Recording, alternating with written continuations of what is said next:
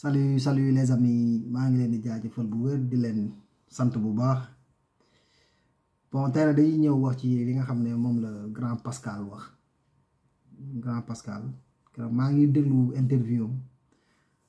muy wax naan les jeunes sont victimes d'un discours, le fait que Ousmane Sonko affaire yooyu di jéem a clash quoi, di jéem a xajamal cere ji. Mais Pascal da nga see tuuti parce que ñun yàgg nañ gis ñoo xamante ni ñu ngi ñëw depuis le début ñu ngi sunu tànk xam nga. bëgguñu waa Pastef am jàmm bëgguñu gars yi jëm kanam bëgguñu tamit le projet qu'on a bi nga xam ne maanaam da nga ko gis ba pare sëgg si say bët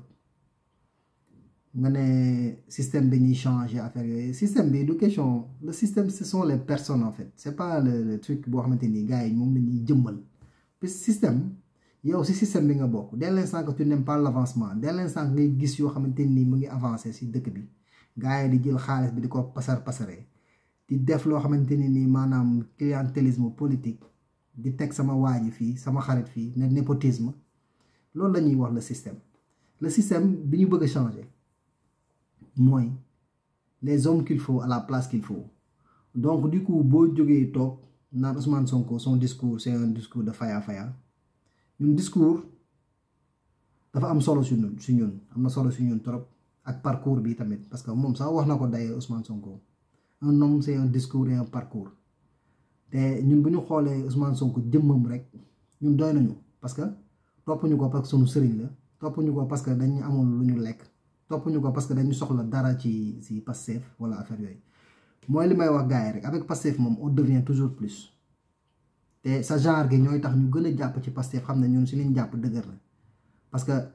xam nañ tamit da ngay peut-être da ngay def appel du pied peut-être da nga bëgg Macky woola comme ni muy woowee Djibril Ngom on peut comprendre ah c'est de bonne guerre parce que da nga jàpp ne gars yi comme que yow si système bi nga bokk da nga jàpp ne gars yi bu ñuy lekk rek yow war nga mën a lekk te bu ñuy wax tamit dàquñu la wax mais ñun dépassé nañ ay idée de discours de parcours dépassé nañ instant boobu parce que dañ koy jëmmal instant bi loo xamante ni maanaam dafa war a am ay tànk di dox di dem ñun foofu lañ toll ci Pastef. C'est pas pour apporter une réponse boo xamante ni seulement pour te satisfaire wala affaire yooyu ñun weesu nañ yooyu donc du coup pour te dire que ne maa ngi lay gis ngay def étalage de connaissances sur le système solaire gis nga fii jàngoo fi lu kenn jàngul wala loo fi jàng rek da nga dem gëstu ko si téere jàmbur wala da nga dem keneen bind ko nga ñëw liir ko du sa xam-xamu bopp da ngay liyaar rek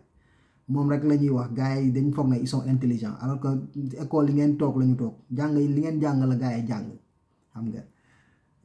nga ne ndax système bi dinañ ko changer système bi dañ koy changer si par A ou par B parce que si on veut le pays se développe il faut ñu changer système bi bu changé wul Ousmane Sonko bu ñëwee tamit il va voir les mêmes trucs les mêmes choses vont se répéter c'est pour cela il dit que on doit changer le système mais changement de système ça veut pas dire changement de personne. nit ñi tamit si lañ bokk parce que système nit ñi ñoo koy jëmmal mais nit ñi bu ñu amee éthique ak morale donc lépp loo xamante ni gars yi dañ ko def ci ay bureau dañ ko def ci ay contrat yoo xamante ni maanaam lépp loo xam ne dañ koy def rek tey leer nañ loolu la ñuy wax le système gis nga teg lépp ci place publique bi ñëpp xam les gouvernants naka la ñuy gérer bien public yi naka la ñuy dispatcher affaires yi ressources yi boobaa la population ñëpp dañuy sentir seen bopp ci ressources yi nga xam ne moom la Sénégal am mais ñun basé wuñu seulement ci ressources yi Sénégal am parce que Sénégal bu dee ressource rek Sénégal mën nañ see défaire parce que ressource moom ci dëkk la bokk certes mais jàpp naa ne am na pays yoo xamante ni amuñu ressource te tey jii ñoo ñu gën a développé donc ressources yi moom c'est autre chose il faut que pour que un pays se développe il faut que ñu defar nit ñi ba pare te nit ñi ñoom ñoo yor système bi corruption bi yi nga xam ne policiers yi taxaw ci tali bi di béjjét mais je peux comprendre mais ñooñu système bi moo tax ñu mel noonu ñu mel mais système bi bu leen defoon ni mu leen war a def tey policiers yi duñu sax taxaw ci tali bi di laaj ay 2000 ak 3000 parce que bu boobaa leneen la ñuy tal bu ñu fekkoon ne système bi jël na leen en charge comme il se doit bu dee gendarme yi bu dee douanier yi bu dee keneen ak keneen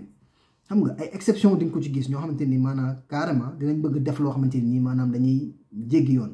loolu di nga ko gis. comme ci police bi tamit mooy comme bu ñu gisee nit ñu koy sargal nit ku war a def liggéeyam ñu koy sargal xam nga tamit loolu Sénégal rek la am nit koo xam ne danga koy fay pour mu defal la li mu la war a defal ba pare nga koy sargal ndax def na li mu war a def xam nga Sénégal rek la am mais bon je peux comprendre yow mënoo comprendre li gars yi di wax nga ne aussi j'ai vu xaw ma lan waaw wax nga ne pour ay question de débat d'idées et de programme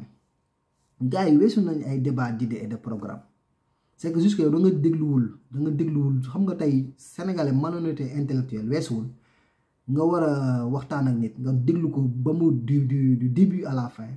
nga xam ne kii lii la war a lii la bëgg indil askanu Sénégal nga ne ñëw dañuy ñëw du débattre ci ay idées ci ay programme mais Ousmane Sonko boo ko dégloo du début à la fin li nga xam ne yàgg na koo wax li déballage yeeg yëpp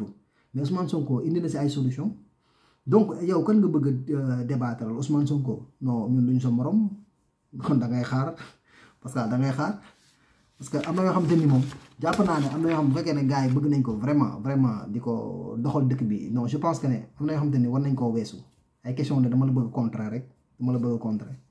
mais xam nga ne gars yi toppeewuñu Ousmane Sonko parce que dafa nekk sëriñ wala daf ñu ëpp lenn wala dafa ñu mën a may lenn wala affaire yooyu ñun dañ jàpp ne Ousmane Sonko c'est notre leader te buñ ko jiitalee mat nañ jiit buñ ko jiitalul mat nañ jiit parce que une personne boo xamante ni dafa taxaw ne man masuma sàcc dërëmu jàmbur dërëmu askan wala bu ñu gisee dërëm ñu jàpp ma cette personne mérite largement que nit ñi jox ko confiance te confiance boobu noonu man mii de du ma ne masuma jël alalu jàmbur parce que xam naa ne du ma ko waat loolu moom du ma ko waat parce que xam naa sama bopp mais su ma gisee nit ku ma gën dama naan waajee ngi nii parce que j'ai pas peur de le dire j'ai pas peur de dire que Ousmane Sonko moo ma gën parce que lépp loo xam te ni moom ñeme na taxaw wax ko ne bu ñu ma gisee lay ma sàcc dërëmu jàmbur waaye cette personne pour man il est au summum parce que fa mu nekk man xam naa ay gars yu bëri ñoo xamante ni samay promotion ñoo xam ñoo bokkoon promotion ñu bëri ñoo xamante ni ñu ngi liggéey mais tey jii nii boo leen gisee tey jii da ngay foog ne ñoom ñoo yor alalu dëkk bi tu comprends gis nga nit dafa am loo xamante ni gis nga bët du yenn waaye xam na lu mu antal te Ousmane Sonko vraiment c'est une personne boo xamante ni c'est pas pour tagg wala affaire yooyu mais képp koo xamante ni yaa ngi wax ci moom lu bon rek wala ngay wax ci loo xamante ni nii maanaam xamoo ko wala affaire yooyu da nga toogul ak moom peut-être te yéen toogoo leen ak moom pour comprendre la personne en fait parce que nit c'est facile tamit nga commencer di wax di ŋàññi nit di saaga nit mais nit ki da nga war a toog ak moom waxtaan ak moom xam parce que nit boo toogee ak moom ba mu wax la les ses sentiments xam nga ñun ñi bokk Pastef ñu soxlaawuñu Ousmane Sonko duñu wax soxlaawuñu parce que ñun dañu nekk ay nit ñoo xam ne ay borom xel lañ ñun ne sont pas des suiveurs ñun toppuñu Ousmane Sonko rek parce que dañ ko bëgg a toppuñu ko parce que dañ bëgg am xaalis ci moom wala dañ bëgg am ay poste si Pastef ndax bu doon loolu rek ñun loolu intéressé wuñu mais c'est juste que buñ la waxee ne la le projet de Pastef c'est pas pour nous-mêmes mais c'est pour nos enfants nos petits-enfants qui vont arriver pour que Sénégal nga xam ne carrément comme dañuy wax rek même booy faju sax même boo yóbboo 200 000 même bu fekkee ne sax 200 000 francs lañ la war a fajee sax état bi dina jël maanaam sa mutualité dina jël ba 180 000 nga xam ne yow parfois li lay dese nga fay ko sax du bari gis nga yooyu la gars yi intelligence yooyu la gars yi di teg xam nga wan booy yi wan les jeunes naka la ñuy def ba liggéey entreprendre xoolal vacances agricoles yi ñu doon def fii xam nga VAP yi gars yi commencé di job parce que dañuy wan ne carrément y a quelque chose de meilleur en nous c'est pas seulement toog di taxawaalu di wax mais mën nañu ut tool bay ko mais le fait que ñuy dem ci yenn atmosphère yi da ngay sentir ne yaa ngi dund da ngay sentir avec Pastef yaa ngi dund que sa engagement politique mu ngi lay satisfaire mu ngi lay jëriñ dara en fait mu ngi lay jëriñ dara di nga mën a bay di nga mën a gëstu xam nga di nga xam ne ñi ngay waxal nii ñiy wax ak yow nii ay borom bopp lañ ils ont quelque chose dans la tête c'est pas des têtes vides ñun du ñu nekk fii di wax ak Macky Sall parce que Macky Sall xam na ne jeexal na on n'a pas le temps de perdre sur Macky Sall on n'a pas le temps de perdre pour certaines personnes du ñu wax liggéey na wala liggéeyul loolu moom la intéressé xam nga mais ñun dañ dul taxaw ak yow naan ñu ngi débattre ak yow ci ay question de lan mooy programme affaire yooyu noonu mais si bu fekkee ne yow tu es malhonnête jusqu'à que tu ne comprends même pas c'est quoi un programme waa lan mooy programme bu Pastef non yow xaw ma fooy dund mais dundoo Sénégal parce que nit moom il faut être vraiment bête ou con xam nga te li ma si gën a metti mooy yow boo la xoolee nga baal ma nag quoi mooy genre yi nga xam ne dañuy am plus de 45 ans ba 50 ans ils sont toujours chez leur papa di dund donc yoon sa gis-gis mënul leer parce que bi nga nekkee xale ba léegi yaa ngi sa kër bàyyi peut-être sa gis-gis mënul leer xam nga te ñun dañu bëgg loolu lañu fi bëgg a dindi nit di nga am 25 ans génn sa kër bàyyi nga xam ne carrément tout est possible dans ce pays nga xam ne yow waratoo défendre ci kenn waratoo yaakaar ci kenn sa ñax moo lay may lépp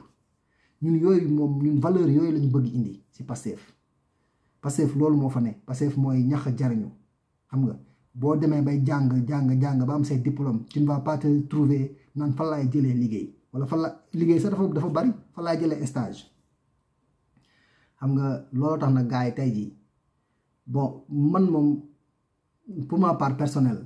je me dis que peut-être tu es malhonnête moo tax nga toog naan lan mooy système bi changé nañ système bi dañ fi bëgg a jëlee Macky Sall affaire yooyu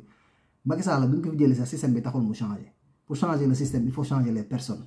ce sont les personnes ñoom ñooy définir le système mais c'est normal parce que gars yi moom parfois pour ñu comprendre yenn choses yi maanaam même boo loon waxoon sax xam ngeen muus ngeen sax jàng ngeen xam ngeen yenn affaires yi mais peut-être parfois c'est dafa dañ ko féetale ci benn fànn bi mais comme je dis rek xam naa da ngay xeex pour que Macky Sall jël la yóbbu la si kii bi palais bi jox la ci enveloppe yi ouais c'est ton droit mais loolu moom bu fekkee ne da nga bëgg enveloppe je pense que nga ñaxal ko sa bopp moo gën xam nga dem ba yenn âge yi mënoo am sax 1 million de francs dans ton compte bancaire xam nga loolu dafa ñaaw yow mi ku la gis sa kanam gu wow gi ak sa lexi dem yi xam nga Pascal nga jéggal ma mais tu souffres vraiment nga jéggal ma nag parce que nag ñun moom suñu projet moom vraiment nañ taxaw fi di ko débattre ak yow nga ñun Pastef boo ñu xoolee sax ñun waa Pastef boo ñu xoolee sax ñun dañu féex malgré que ñu ngi ci opposition mais boo ñu xoolee rek xam ne ñun on respire la forme ñun xool ñu rek boo ñu xoolee képp koo xam te ni dafa bokk Pastef nga xool ko rek il respire la forme parce que ñun suñu xel dafa dal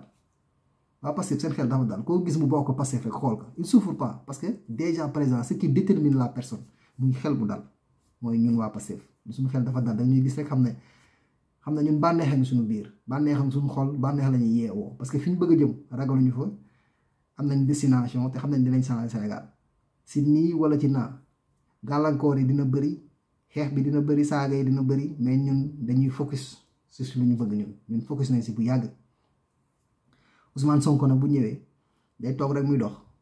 parce que ñun am nañ capacité intellectuelle bi xam nañ ne carrément jeunesse bi ñun lañ àndal te jeunesse mooy dëkk